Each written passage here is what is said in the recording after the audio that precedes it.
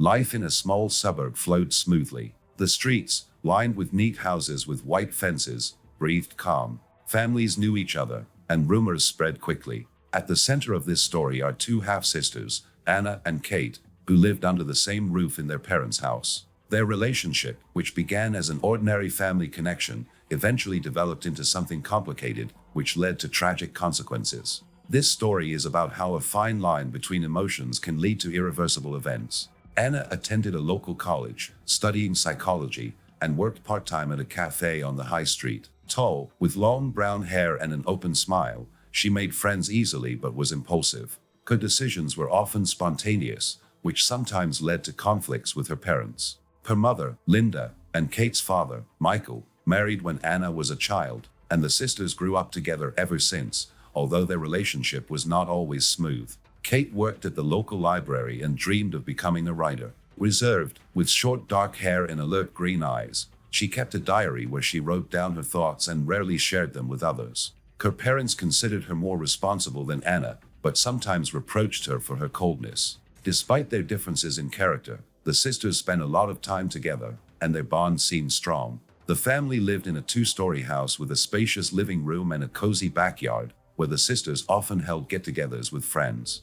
Neighbors described them as a close-knit family, although they noticed that Anna and Kate sometimes argued, but this was considered normal for sisters. In 2002, their relationship began to change. They began to spend more time together, often secluding themselves in one of their rooms. Parents did not pay attention to this, thinking that the sisters had simply become closer. However, Anna's friends noticed that she began to appear less often at parties, preferring to stay at home. Kate, in turn, began to avoid colleagues at the library, citing her busy schedule. In the spring of 2003, Anna began to disappear from home at night more often, without explaining where she was going. Kate, on the other hand, seemed even more withdrawn, often locking herself in her room. The parents tried to talk to their daughters, but both brushed them off, assuring them that everything was fine. Linda later recalled feeling tension, but she couldn't understand the cause. Michael thought it was the usual difficulties of growing up. The local community had no idea what was happening behind the closed doors of the house.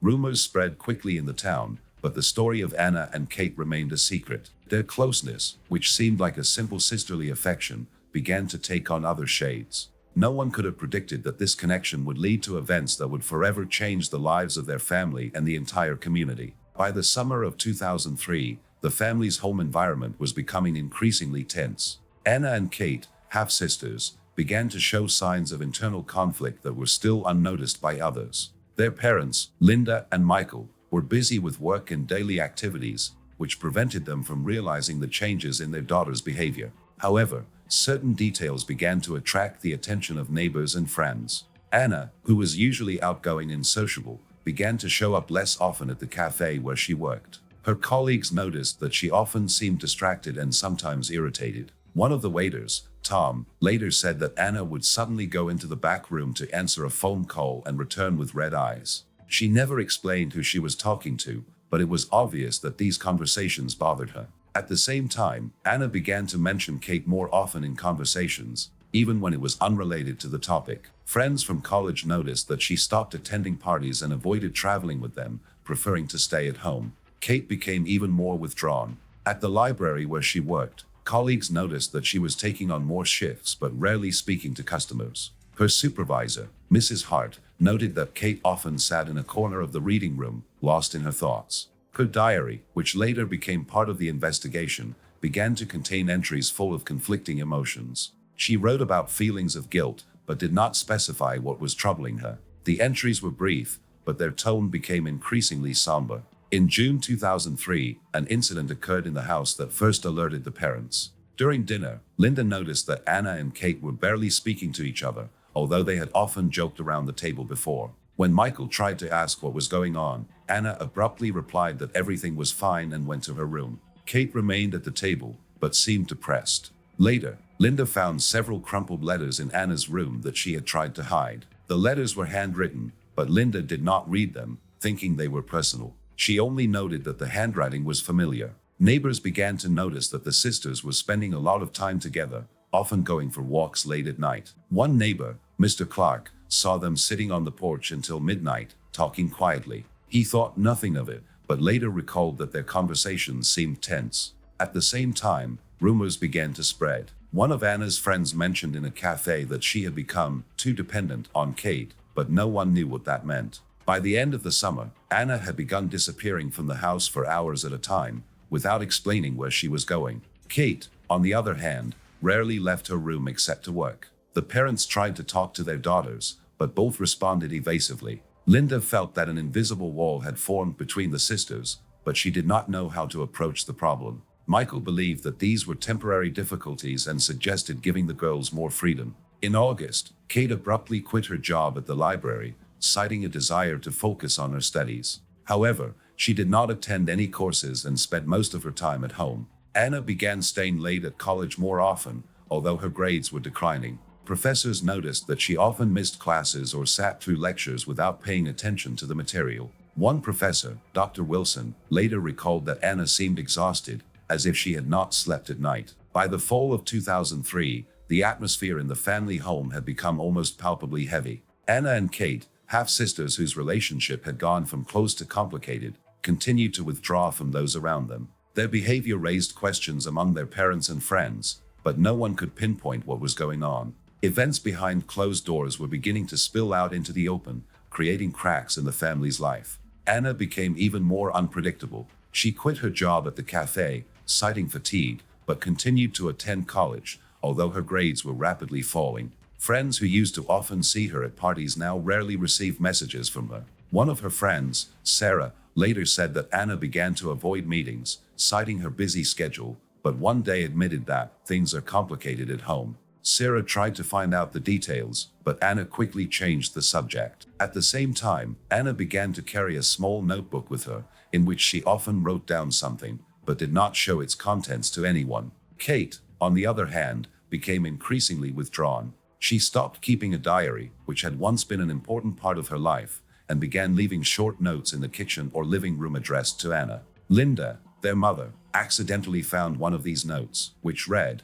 "We need to talk today." Linda thought it was just normal sisterly stuff, but later recalled that the note was written in a trembling hand. In September, there was a serious conflict in the family that attracted the attention of the neighbors. One evening, Michael, Kate's father, heard loud voices coming from Anna's room. He knocked on the door, but Kate, who was inside, shouted at him to leave. Michael later said that he heard Anna say something sharply, but he could not make out the words. When he entered, both sisters were silent and looked tense. Michael tried to find out what was going on, but Kate simply said it was personal and asked him not to interfere. Neighbors began to notice strange things. One, Mrs. Rogers, saw Anna and Kate standing in the backyard late at night, arguing. She couldn't hear the words, but she noted that their gestures were sharp and their voices were muffled but emotional. Another neighbor, Mr. Davis, said that he once saw Anna quickly leave the house, slam the door, and drive away in her car. Kate stood on the porch, watching her go. These episodes began to cause gossip, but no one knew what was going on. In October, the tension reached a new level. Anna began to disappear from home more often, sometimes not returning until the morning. She did not explain where she had been, and answered her parents' questions evasively. Kate, on the other hand, rarely left her room, but her behavior became more nervous. Linda noticed that Kate looked exhausted. When she tried to talk to her daughter, Kate answered in monosyllables, avoiding eye contact. Michael began to suspect that something serious was going on between the sisters, but he did not know how to approach the topic. One evening, Linda heard Anna and Kate arguing again in Kate's room. This time the voices were louder, and Linda could make out snatches of phrases that mentioned promises and betrayal. She knocked on the door, but the argument had stopped. When Kate opened the door, she looked pale and told her mother not to worry. Anna left the room silently, took her car keys, and drove away. Linda later recalled that she sensed something was wrong,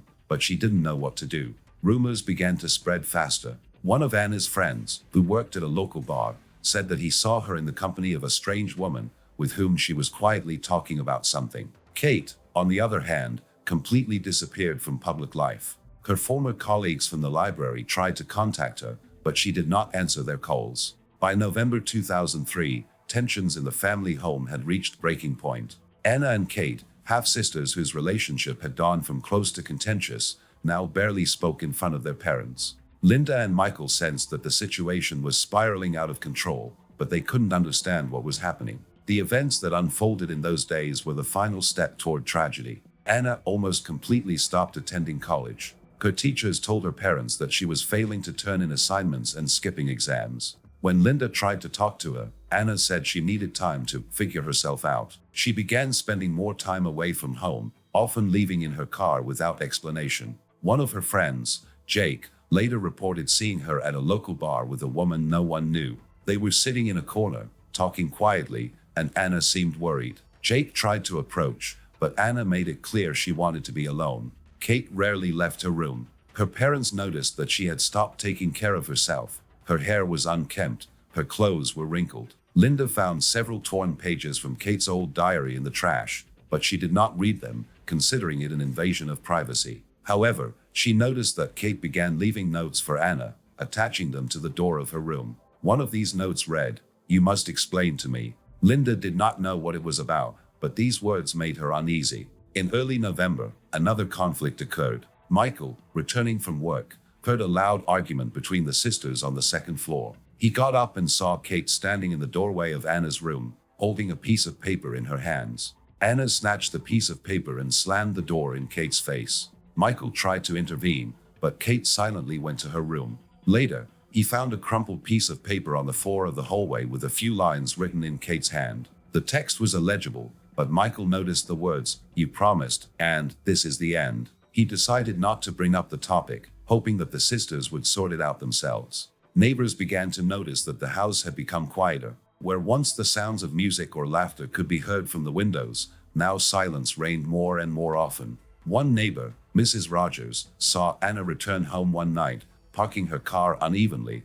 as if in a hurry. Kate was standing at the window of her room, looking out. Mrs. Rogers later recalled that their eyes met, and there was something uneasy in Kate's eyes. In mid-November, Anna stopped spending the night at home. She would leave for several days without telling her parents. Linda tried to call her, but Anna's phone was switched off. Kate, on the other hand, began to leave the room more often, but her behavior frightened her parents. She would sit in the living room for hours, staring at one spot, or suddenly start cleaning the house, as if trying to distract herself. Michael noticed that Kate began to avoid his gaze, and her answers to questions were short and abrupt. On the evening of November 15th, Linda heard Kate talking on the phone in her room. Her voice was quiet but full of emotion. Linda could not make out the words, but she heard Kate say Anna's name. After this conversation, Kate left the room and said that she was going away for a few days to visit a friend. Linda was surprised, since Kate rarely went anywhere, but she did not object.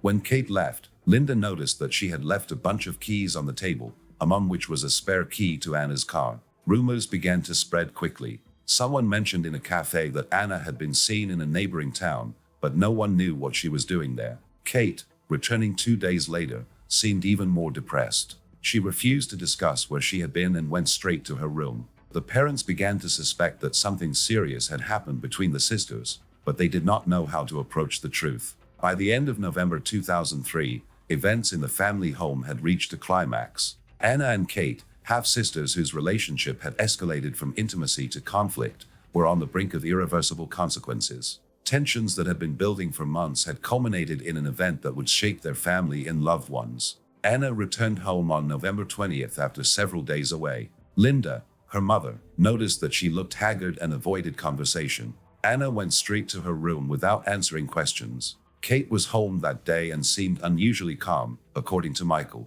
She was silently preparing dinner in the kitchen, a rarity given her withdrawal in recent weeks. Linda later recalled that the atmosphere in the house was heavy, as if before a thunderstorm. That evening, the neighbors heard loud noises coming from the house. One neighbor, Mrs. Rogers, said she heard screaming around 9 p.m., but it quickly died down. She thought it might be the television and did not call the police. An hour later, Michael returned from work to find the house completely silent. He called for Anna and Kate, but no one answered. When he went up to the second floor, he found the door to Kate's room ajar. What he saw inside prompted him to immediately call the police. The officers who arrived recorded that an incident had occurred in Kate's room, which had led to tragic consequences. Anna was found unconscious, with signs of serious injuries. Kate was sitting nearby, in a state of shock, not responding to the police officers' questions. An ambulance took Anna to the hospital, but the doctor's efforts were in vain. Kate was detained at the scene.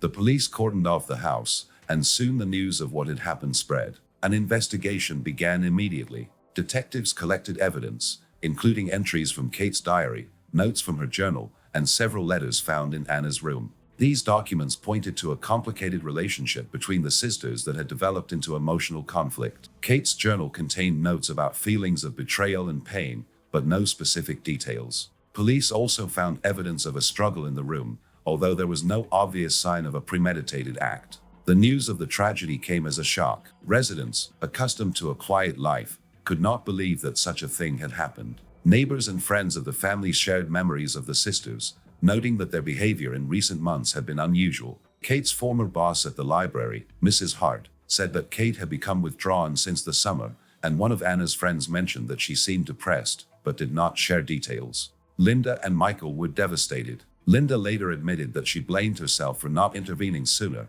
even though she did not know how she could have prevented the tragedy. Michael, usually reserved, refused to speak to reporters who began to gather outside the house. The family faced a wave of media attention, which only added to their grief. The investigation continued for several weeks. The police interviewed witnesses, including friends and colleagues of the sisters. It was established that the conflict between Anna and Kate had reached its peak that evening, but the exact circumstances remained unclear. Kate, in custody, refused to give detailed evidence, citing emotional distress. Her lawyer claimed that she had acted in a state of passion, but the investigation continued to gather evidence. In early December, a service for Anna was held at a local church, with dozens of residents attending. Some blamed Kate, while others tried to understand what could have driven the sisters to this. Rumors and speculation continued to spread, but the truth remained hidden behind the walls of the house where the two sisters once lived.